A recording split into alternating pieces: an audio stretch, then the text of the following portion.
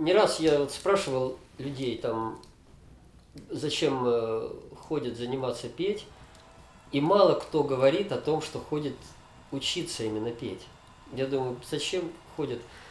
А потом все-таки стало понятно, ну, я склоняюсь к тому, что люди занимаются пением из-за энергии, то есть это энергетическая практика в первую очередь. То есть жителям города здесь ну, хочется найти какое-то место, где есть энергия, приток энергии. И вот это, пожалуй, первое, из-за чего люди занимаются пением. А все остальное потом идет. Умение петь, и просто интерес там, к народной песне, и интерес к людям, которые туда ходят. Но в первую очередь это энергия. И часто вот люди, которые занимались, говорят, что после работы приходят, например, очень уставшие, а после пения приезжают домой и не хотят спать. Вот это так вот работает, вот эта энергия.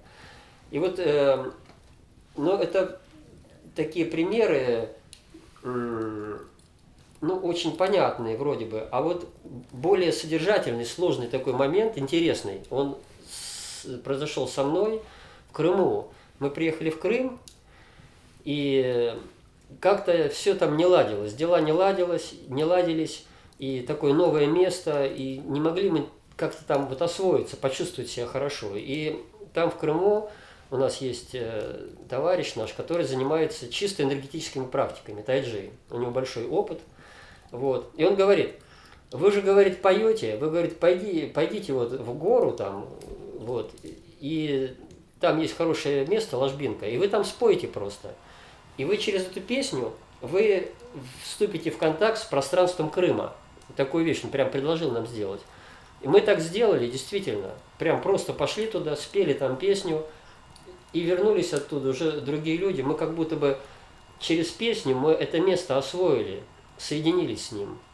Вот. Вот это уже такой интересный момент энергетически, сложный, смысловой.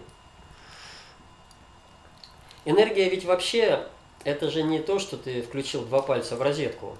Энергия, она связана, вторая ее сторона, энергия, первая сторона просто силовая, вторая часть это гармония.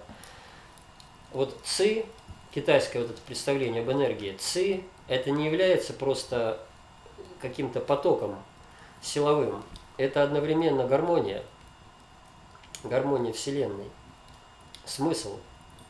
И вот я думаю, через песню происходит какое-то, ну просто и подкачка такая силовая, и одновременно что-то соединяется, какие-то связи образуются, более сложные внутри.